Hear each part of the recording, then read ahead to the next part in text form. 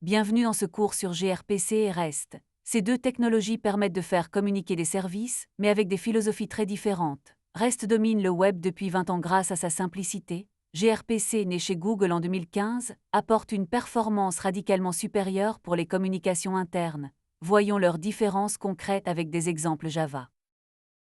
REST repose sur HP et JSON. On utilise les verbes HP, get pour lire, post pour créer, PUT pour mettre à jour, delete pour supprimer. Le format JSON est texte, lisible par l'humain, facile à déboguer. REST est stateless, chaque requête est indépendante. Le cache HP fonctionne nativement. Swagger et OpenAPI documentent l'API automatiquement. C'est l'architecture universelle du web.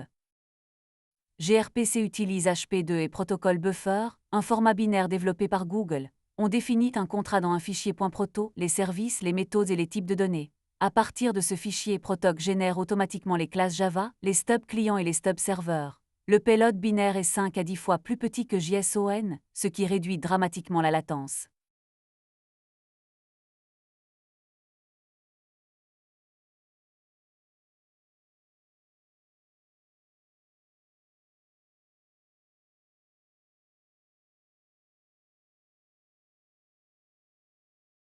Le fichier .proto est le cœur de gRPC. Il définit le contrat fort entre les services. On y déclare les services avec leurs méthodes RPC et les messages avec leur champ typé. Le mot-clé stream indique un flux de données. Protoc génère le code dans n'importe quel langage, Java, Go, Python, Rust, C++.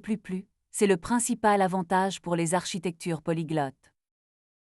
En Java, on implémente un serveur gRPC en étendant la classe stub générée par Protoc. La notation gRPC service de la librairie gRPC Spring Boot Start suffit pour enregistrer le service. Chaque méthode reçoit la requête et un stream observé pour envoyer la réponse. On appelle onNext pour envoyer les données, puis onCompleted pour signaler la fin. L'implémentation est propre et entièrement typée.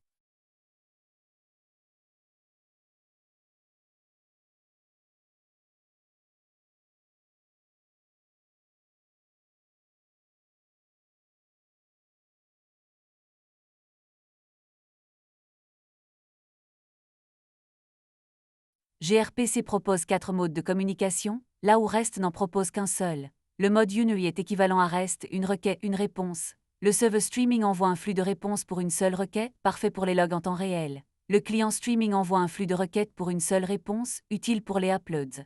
Et le mode bidirectionnel ouvre un flux dans les deux sens simultanément.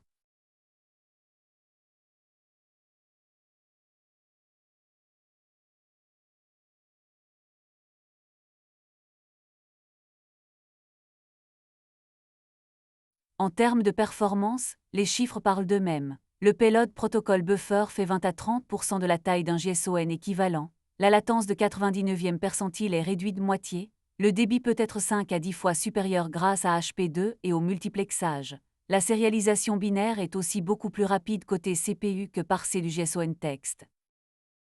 Ce tableau résume les différences clés. REST utilise JSON Text sur HP 1.1 avec un contrat OpenAPI optionnel et un cache HP natif. gRPC utilise protobuf binaire sur HP2 uniquement, avec un fichier .proto obligatoire mais sans support du cache. REST fonctionne nativement dans les navigateurs, gRPC nécessite gRPC Web.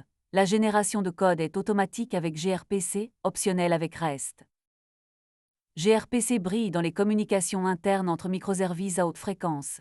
Si la latence est critique, si les volumes de données sont importants, ou si vous avez besoin de streaming bidirectionnel, gRPC est le bon choix. C'est aussi idéal dans une architecture polyglotte où plusieurs langages doivent communiquer avec un contrat partagé strict. La règle simple, interne et performance critique, choisissez gRPC. Reste le meilleur choix pour les API publics consommés par des navigateurs ou des clients tiers. Sa simplicité, sa lisibilité et son support universel via curl et Postman en font l'outil parfait pour l'interopérabilité maximale. Si votre équipe connaît déjà REST, si vous avez besoin du cache HP natif, ou si vous devez documenter une API externe, REST est la solution évidente. En résumé, REST et gRPC ne s'opposent pas, ils se complètent. REST pour la façade publique, gRPC pour les communications internes entre microservices. gRPC apporte une performance jusqu'à 10 fois supérieure grâce à HP2 et protocole Buffer, avec 4 modes de communication dont le streaming natif. En Java, Spring Boot intègre les deux facilement. La prochaine vidéo portera sur l'implémentation complète de gRPC avec Spring Boot.